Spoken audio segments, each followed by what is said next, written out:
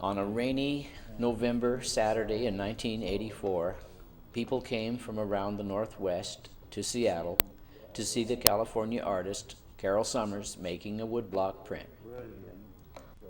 He had a one-man show here, and he showed slides, and he talked about his ideas. The Davidson Gallery, Cornish College of Art, and the Northwest Print Council were the sponsors. My name is Bill Ritchie. I saw this as an opportunity to make a videotape. Mark Leonard, who had been a student of mine, recorded the slide lecture and then Summers' printmaking demonstration the next day, and I compiled it. Over the last 23 years, the original tape was seen by hundreds of people. Of course, today Summers is on the internet. There's a survey of his 50-year retrospective from his home city in Santa Cruz. Also on the internet is the transcript of this DVD. This is another print of a place that I've never been to. It's called Likiang, and it refers to the mountainous area around the town of Huailin in China. Likiang is the river that winds through them, and I've always been fascinated by pictures of the place. I've never visited there. This, by the way, is the print that I brought the blocks for, and I'm going to print tonight to a demonstration. The blue of the river is inked with an opaque blue, very light and opaque blue, and the paper is put then on this block, and I roll a transparent blue on the top. So rolling the transparent blue on the front of the paper prints the opaque and lighter blue on the back at the same time. So that explains the different character of the river, and its brightness is printed on both sides, and it's a transparent color backed up with a light one. After I put the ink on, I spray them with a solvent which dissolves them. It, in essence, transforms an ink into a dye, and it transforms an ink surface on an ink layer on the surface of the paper into dyed paper. It dyes the fibers of the paper. First, I'm going to make a sketch for you. I start out by making a sketch on the paper that I want to use and on the size that I want to use. And the paper I'm using is Japanese paper called Suzuki. Comes in 3x6 sheets and is white. Japanese paper has a rough side and a smooth side. Either one is all right to use. I like to use the rough side just because I like a little more tooth, but sometimes I use the other side too. Of course, there are, I'm sure, Oriental papers made that are made to use one side and not the other, but the ones that I use that are unsized, I can't tell it makes much difference in this, other than visually. What brand of ink are you using? Well, I use a variety of brands. I started off using letterpress inks. They work the best for me. They, as you'll see in the process of my working, I need an ink that's relatively soft and that I can dissolve with mineral spirits, and I like it to dissolve easily and sink into the paper and run. And unfortunately, letterpress printing has virtually disappeared from the world, and with it letterpress inks, and so I've found that there are some places that I can still get them, but I also use lithographic inks. And my inks, I get inks from a place called Lewis Roberts, which is a nationwide ink manufacturer. I think their headquarters are in New Jersey. And I use Daniel Smith inks, and I use inks from a place in New York called Ink Service. I used to use IPI letterpress, but that's a discontinued line, and some of my inks I have IPI make for me, the inks that I use all the time, like the blues. I use a medium blue and a reflex blue, which I found very satisfactory, and they will make them up for me using their own formulas from their letterpress days. And I use enough of them so that every few years I order 25 pounds and they'll make them for me. Sometimes I find the inks, and particularly things like etching inks or litho inks, are a little stiff, even the letterpress inks. And so I cut them down. I usually use a product called Tack Out. I use them because it thins the consistency. And this is a product from Daniel Smith that he claims is far superior, but essentially does the same thing. It reduces the tack of the ink. I need to take the tack out of the ink because since I roll the ink directly onto the paper as well as onto the block, sometime depending on what I'm doing. If there's too much tack in the ink, of course, it pulls the paper apart. The paper's soft. I feel that an image is so much a result of the way it is done that the notion of making a sketch and then doing it in something else is always disappointing and frustrating. So I try to do it immediately as I want it, and if I don't like it, I throw it away, or I learn from it what it is I don't like, and I try to change that. And then I use that finished sketch, so to speak, as my master, and I make my blocks from that.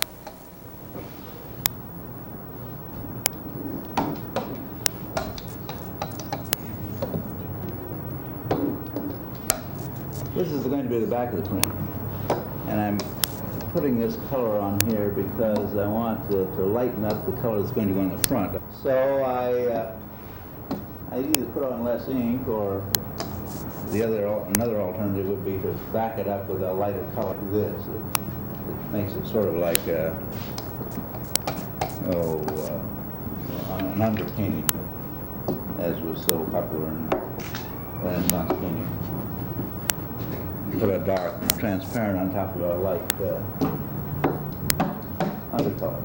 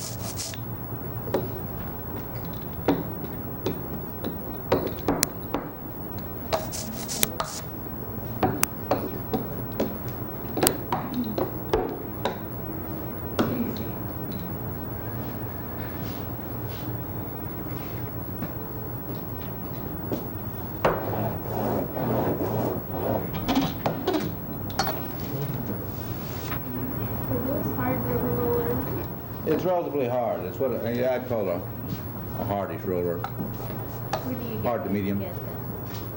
I don't know. Rollers are hard to find. I know. Good rollers. Really? This roller came from a place called Fine Art Materials in New York, but I know he doesn't have them anymore. These little rollers, the little wire rollers, are convenient, and they came from craft tools. Right. Lever makes the book.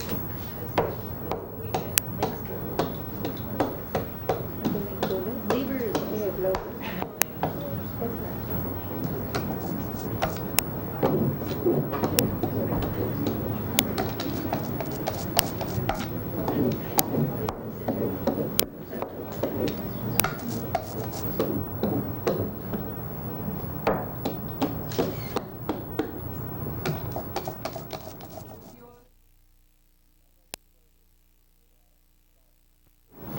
going to spray this with a solvent, a mineral spirits. Probably shorten your life 10 or 15 years. However, I always feel that Mr. Reagan is elected, it won't make any difference.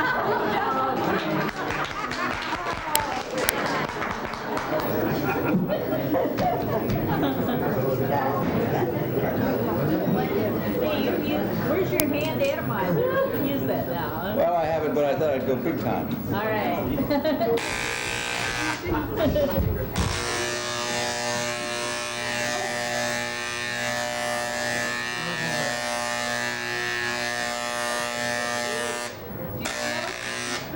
Do you smoke? Occasionally.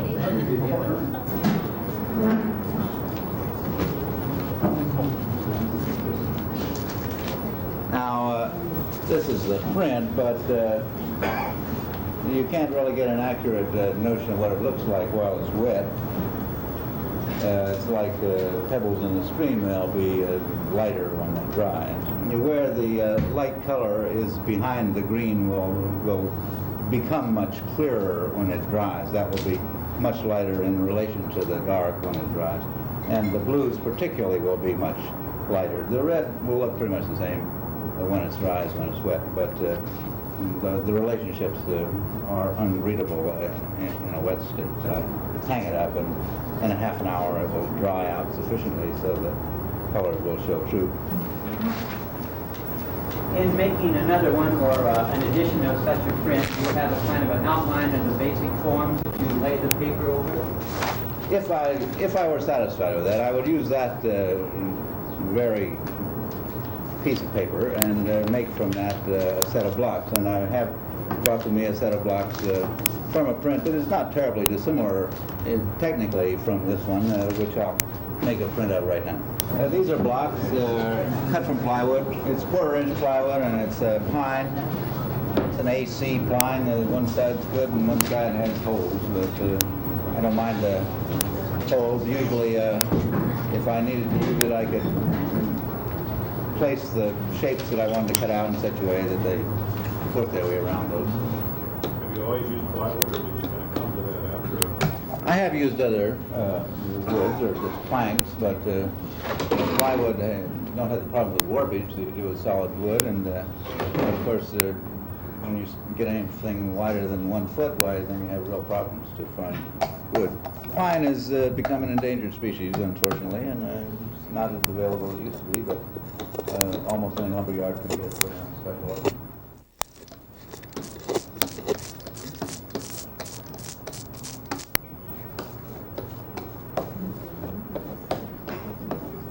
Now, in this case, I would like the ink not to be perfectly even. That's why I use the overloaded roller and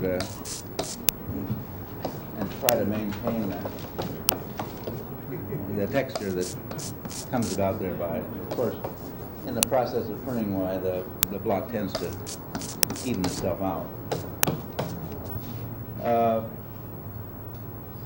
Since most of the printing I do is visible, it's on the top, I don't need a very complicated registry. I usually cut the blocks to be 1/4 inch larger than the paper, and then I put the paper down in the middle.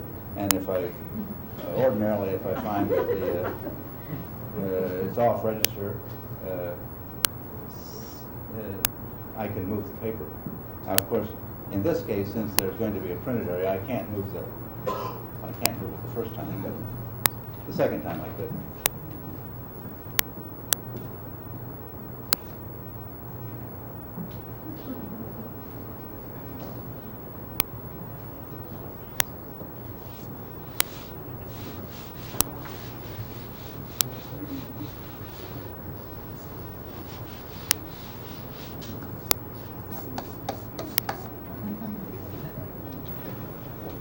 Now you can see that some of the hairs of the paper are being pulled off onto the roller. And if that gets to be too bad, why then I need to take the tack out of the ink a little bit. I prefer as much as possible to use ink right out of the can. I feel any mixing of an ink that tends to dull the colors, and since I like their brilliance, so I try not to. I avoid mixing.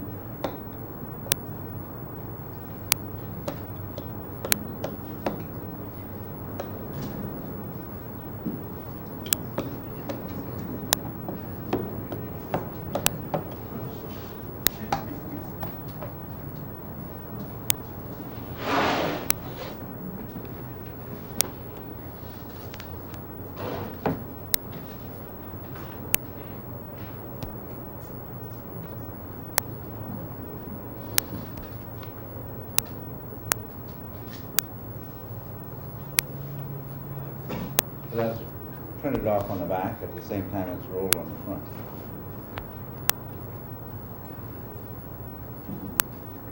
Now, in registering to the second block, I can just feel if it fits. See, and if it doesn't, then I can move it without. Since there's no. Also, the paper's vaguely transparent, and sometimes, of course, sometimes you can see enough through it to sort of see where the shapes are.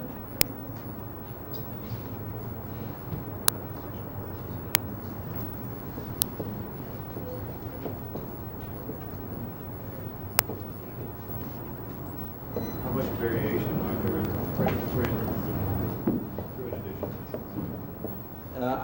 It's pretty controllable. Of course, if you go through the stack of prints, why, each one has its own individual difference. My general feeling about that is that the great concern among printmakers for identicality is a kind of a moral imperative that comes out of the process of printing. I mean, you have a method here where you're making a multiple print, and to make it then a virtue that they each one be identical strikes me as really beside the point. I mean, I'm concerned about making a print that I like, and some of them are darker and some of them are lighter, and if I don't like them, I throw them away. And so I try to make them the same only because I have in my head a notion of what I want, which doesn't include all the variations, but that's my guiding criteria. For a direct answer to your question, I think the variations are less than I might expect. Given a problem, I don't see it as a big deal. It isn't very large.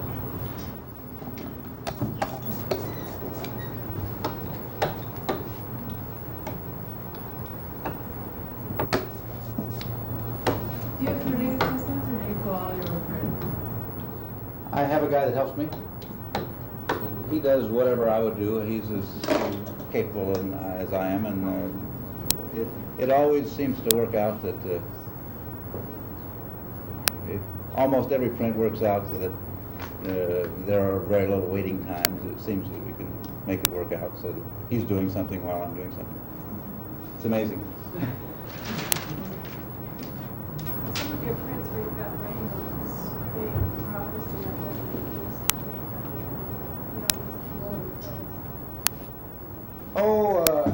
I've printed rainbows in a variety of ways. Sometimes they're printed with a block, particularly if they're small. It's difficult to roll little lines. Rainbows that are this wide are usually there's a block that I jigsaw out and ink it and actually print it.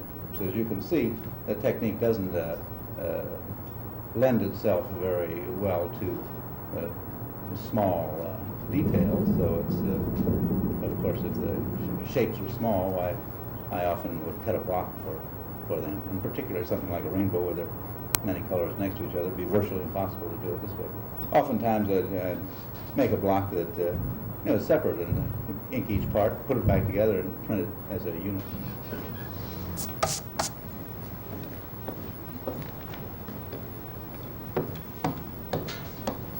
So you don't have that, that's not cut in for play. There's no block. I mean, there's nothing cut there. I'm just following the edge there.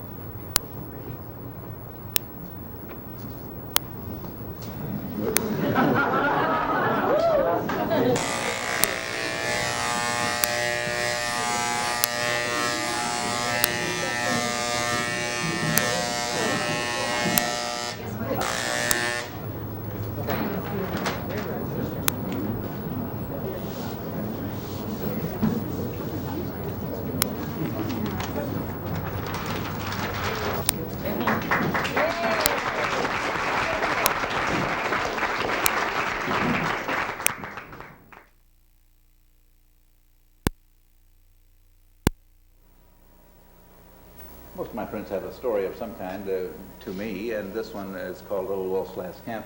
Little Wolf was a leader of a band of the Sioux that ended up being interned in Oklahoma Territory and wanted very much to return to the Yellowstone where they had come from. And since that wasn't convenient for the government, they never allowed them to do so. And finally, they ran away and went back there anyway. And they spent a whole winter at a secluded lake they found, I think, in the Dakotas or maybe in Wyoming. Little Wolf was chosen to be the leader of this band. I think there were probably around 200 people involved.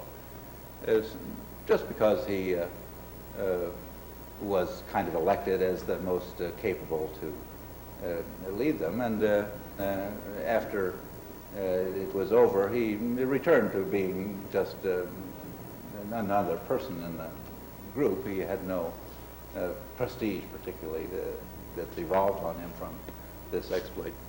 But that was the subject of the print.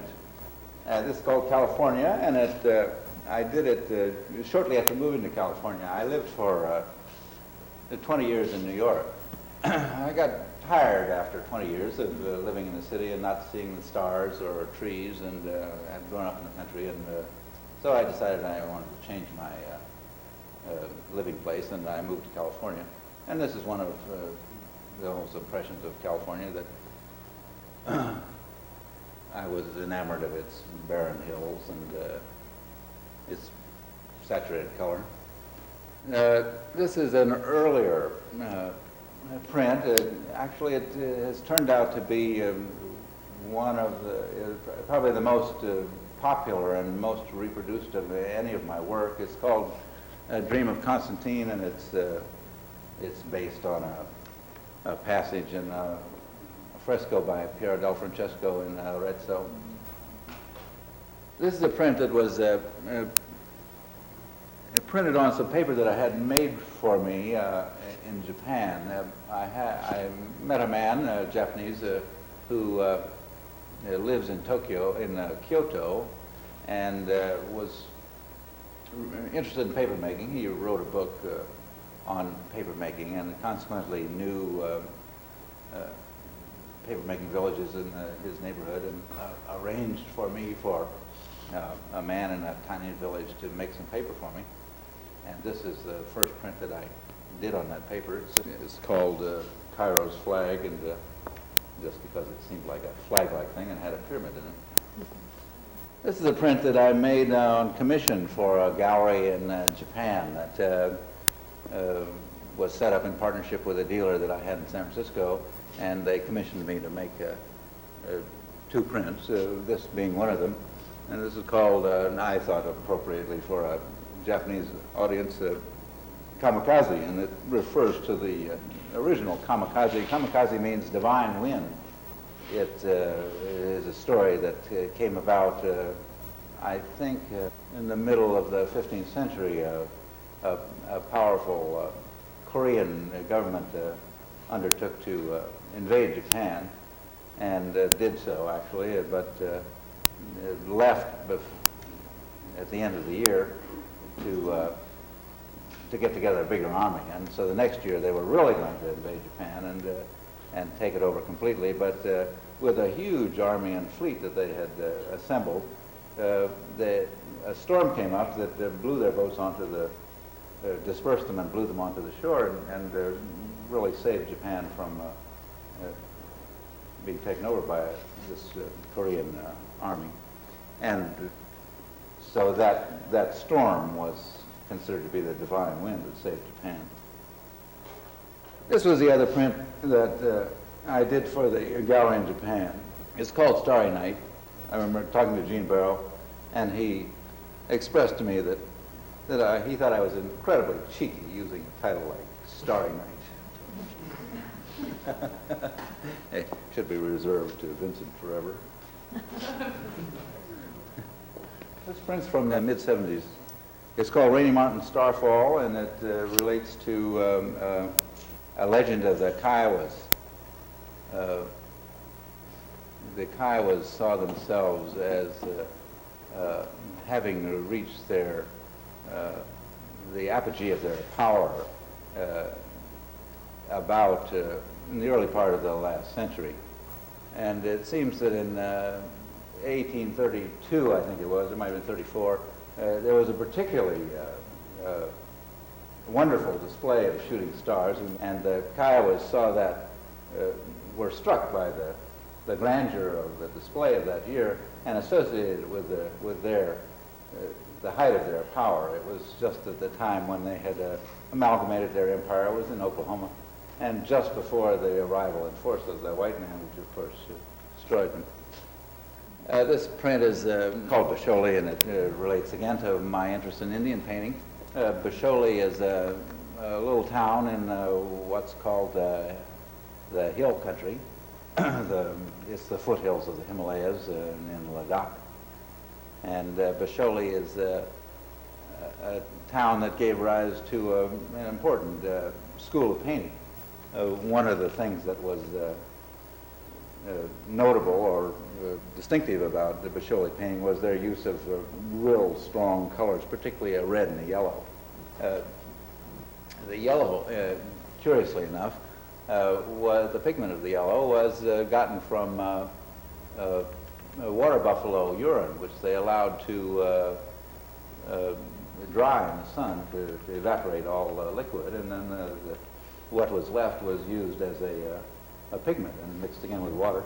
And it's an incredibly dense kind of chrome-like yellow, but transparent and very permanent.